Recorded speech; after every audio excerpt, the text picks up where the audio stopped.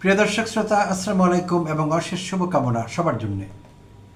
এই এপিসোডে কথা বলবো রাশেদ খানকে নিয়ে। নব্য বিএনপি নেতা রাশেদ খান, প্রিয় দর্শক শ্রোতা, গণ অধিকার পরিষদের সাবেক সাধারণ সম্পাদক, যিনি গত ডিসেম্বরে 2025 ডিসেম্বরে গণ অধিকার পরিষদের সাধারণ সম্পাদকের পদ থেকে পদত্যাগ করে বিএনপিতে বিলীন হয়েছিলেন, সেই রাশেদ খানকে নিয়ে কথা বলছি। তো আমি কয়েকদিন থেকেই ভাবছিলাম রাশেদ খানকে নিয়ে একটি এপিসোড করব। সম্প্রতি কেউ একজন আমাকে রিকোয়েস্ট করলেন যে রাশেদ খান বড্ড এলোমেলো কথা বলছে, তাকে নিয়ে কিছু বলুন। তো আমি নিজেও বোধ করছিলাম যে তাকে নিয়ে কিছু কথা বলা বোধহয় দরকার। তো রাশেদ খান একসময় বেশ জনপ্রিয় হয়ে উঠেছিলেন। প্রিয় দর্শক শ্রোতা, আপনারাও তাকে নিশ্চয়ই মনে রেখেছেন। রাশেদ খান প্রথম আলোচনায় আসেন 2018 কোটা সংস্কার আন্দোলনের সময়। তো সম্মুখ সারির কয়েকজনের মধ্যে কিন্তু তার নামটি তখন এসছিল, রাশেদ খান। তো বেশ উচ্চকণ্ঠ ছিলেন। আওয়ামী লীগ সরকারের দুঃশাসন, জুলুম নির্যাতনের বিরুদ্ধে কথা বলেছেন। নিজেও জুলুম নিপীড়নের শিকার হয়েছিলেন, গ্রেপ্তারও হয়েছিলেন একাধিকবার রাশেদ খান। তো অতঃপর সাধারণ ছাত্র অধিকার সংরক্ষণ পরিষদের যুগ্ম আহ্বায়ক হলেন এবং সেখান থেকে নুরুল হক নূরের, যিনি এখন প্রতিমন্ত্রী, নুরুল হক নূরের গণ অধিকার পরিষদের সাধারণ সম্পাদক হলেন। তো দিনকাল ভালোই যাচ্ছিল। হুট করে কেন যেন মনে হলো যে ক্ষমতায় যাওয়া দরকার। যদিও একসময় মনে হয়েছিল তার বক্তব্যে, 2018 সময় তো মনে হয়েছিলই তাকে বেশ বড় বিপ্লবী মনে হয়েছিল। বেশ ভক্ত সমর্থক জোগাড় করেছিলেন তরুণ সম্প্রদায়ের মধ্যে, তরুণদের মধ্যে তার জনপ্রিয়তা বেশ ভালোই ছিল। কারণ অনেকের চোখে তিনি হয়ে উঠেছিলেন প্রথা বিরোধী এবং সিস্টেম বিরোধী একজন নেতা, অ্যান্টি এস্টাবলিশমেন্ট আমরা যাকে বলি, সেভাবেই কথা বলছিলেন। তো বেশ জনপ্রিয়তা পেয়েছিলেন রাশেদ খান। তো গণ অধিকার পরিষদে যখন আসলেন তখনও উচ্চকণ্ঠই থাকলেন। অনেকবার এমন বক্তব্য রেখেছিলেন বেশ জ্বালাময়ী, ফায়ার ব্র্যান্ড স্পিকার হয়ে উঠবার একটি চেষ্টা তার মধ্যে ছিল। তো গণ অধিকার পরিষদে থাকার সময় বিএনপি, জামায়াত এবং এনসিপি এদের বিরুদ্ধে অনেক কথা বলেছেন। বেশ ভালো রকমের উচ্চকণ্ঠ তিনি ছিলেন। এবং শুধু এটিই না, এনসিপি না, বিএনপি, আওয়ামী লীগ এবং জামায়াত, এই তিন দলের বাইরে গিয়ে বিকল্প রাজনীতির কথা তিনি আমাদের শুনিয়েছিলেন। এই তিন দলের রাজনীতি তিনি বয়কট করেছিলেন, প্রত্যাখ্যান করেছিলেন এবং বলেছিলেন বিকল্প শক্তি লাগবে। বিকল্প শক্তি হয়ে উঠবার একটি চেষ্টা বোধহয় তার মধ্যে ছিল। তো সেই বিষয়টি অনেকেই ভালোভাবেই দেখেছেন যে এই ছেলেটি বয়সে তরুণ, নতুন কিছু কথা বলছে, তো শুনছিলেন অনেকেই তার কথা। তো বিএনপি সম্পর্কে অনেক উচ্চবাচ্য করেছেন, বেশ ভালো রকমের আমি বলবো। যেমন কিছু কোট করা যাক তার কিছু বক্তব্য। তিনি একসময় বলছিলেন যে সংস্কার আগে পরে নির্বাচন। যদিও তার বর্তমান দল বিএনপি উল্টো কথাই বলেছিলেন।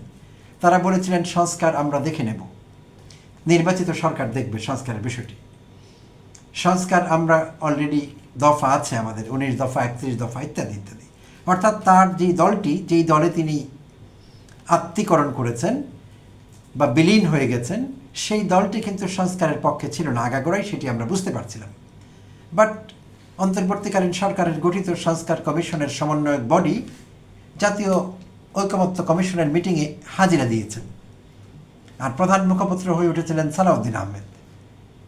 পরবর্তীতে সালাউদ্দিন আহমেদ, আমাদের যেটি শঙ্কা ছিল যে বিএনপি সংস্কার চায় না, তারা শুধু ক্ষমতায় যেতে চায়, আমাদের সেই শঙ্কা সত্যে পরিণত হলো।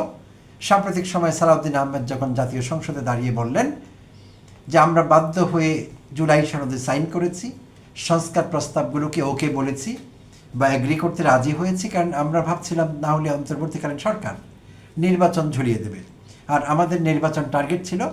সো আমরা রিল্যাক্টেন্টলি রাজি হয়েছি, অনিচ্ছা সত্ত্বেও।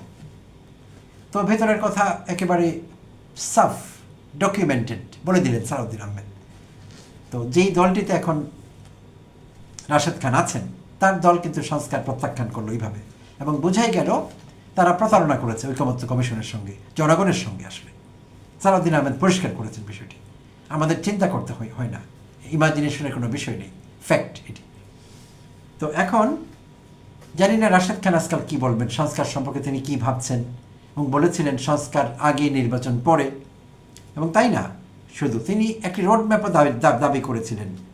তিনি বলছিলেন যে শুধু ক্ষমতার পালাবদল নয়, রাষ্ট্র সংস্কারের রোডম্যাপ চাই।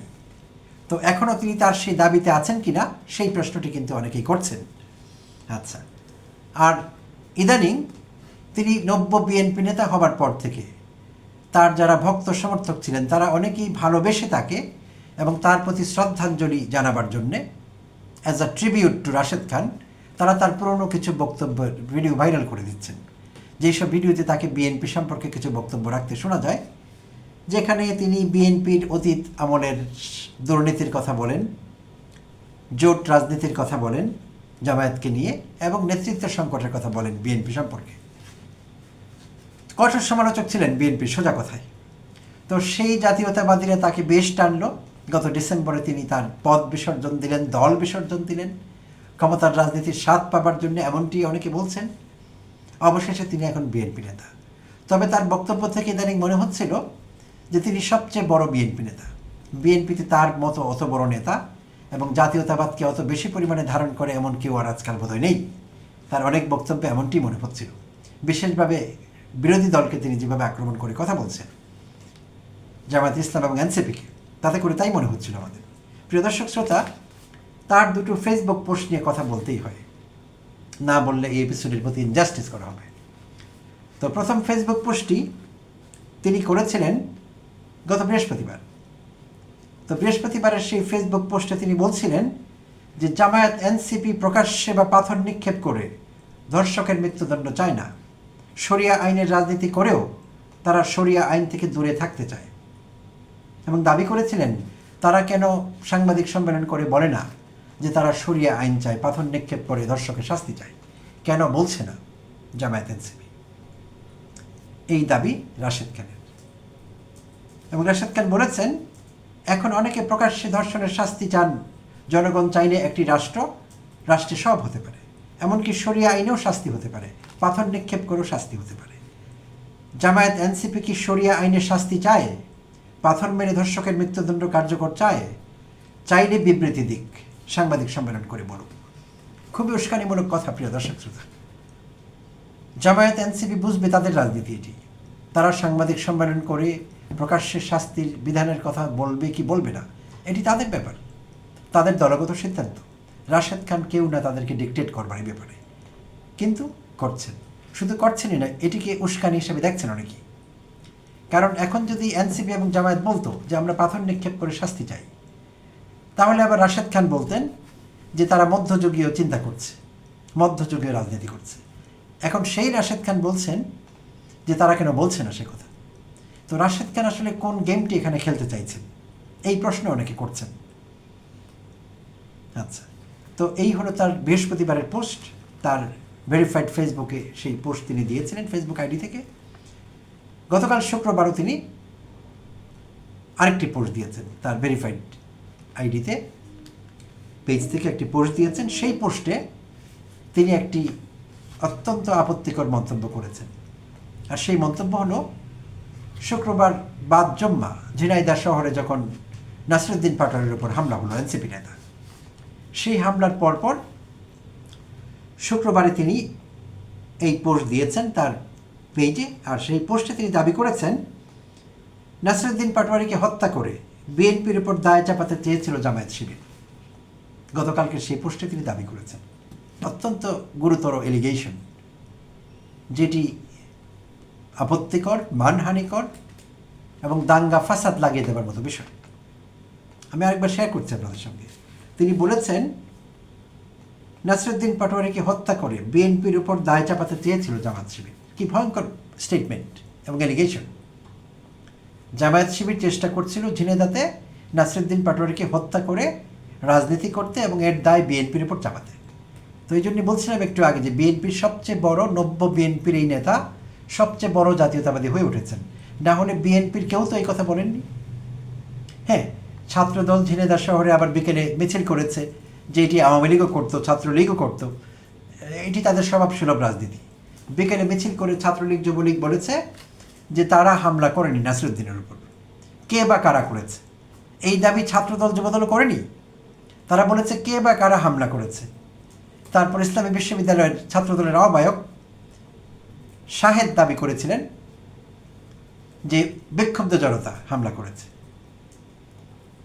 তো এখন রাশেদ খান বলছেন যে জামায়াত শিবির হামলা করেছে। কি ভয়ঙ্কর কথা! তো রাশেদ খান আসলে সীমা লঙ্ঘন করছেন বলে অনেকে মনে করছেন, যদিও একসময় তিনি বেশ জনপ্রিয় হয়ে উঠেছিলেন তরুণদের কাছে। কিন্তু গত ডিসেম্বরে যখন তিনি তার দল থেকে পদত্যাগ করে বিএনপিতে যুক্ত হলেন, অনেকেই আগের রাশেদ খানকে হারিয়ে ফেলেছেন, তারা আর তাকে চেনেন না। এই রাশেদ খান খুব অপরিচিত অনেকের কাছে। তো তাই এখন তিনি যেসব কথাবার্তা বলছেন, আমি যার কথা বললাম, যিনি আমাকে বলছিলেন যে তার সম্পর্কে একটা এপিসোড করুন, তিনি এমনও বলছিলেন যে রাশেদ খান তো মানসিক ভারসাম্য হারিয়ে ফেলেছেন বলে মনে হচ্ছে। তিনি আবার এটি উল্লেখ করেছিলেন যে একসময় তিনি রাশেদ খানের বিরাট বড় অ্যাডমায়ারার ছিলেন, একজন ভক্ত ছিলেন, কিন্তু এখন আফসোস করছেন এবং আমাকে বললেন যে তার সম্পর্কে কিছু কথা বলুন, তিনি মানসিক ভারসাম্য হারিয়ে ফেলেছেন। প্রিয় দর্শক শ্রোতা, ফেসবুকে এমন পোস্ট দিলে মানুষকে কি দোষ দেওয়া যাবে? যদি মানুষ বলেন যে তিনি মানসিক ভারসাম্য হারিয়ে ফেলেছেন, দোষ দেওয়া যাবে না। এবং এই অভিযোগগুলো অত্যন্ত গুরুতর অভিযোগ, উড়িয়ে দেওয়ার মতো কোনো বিষয় না।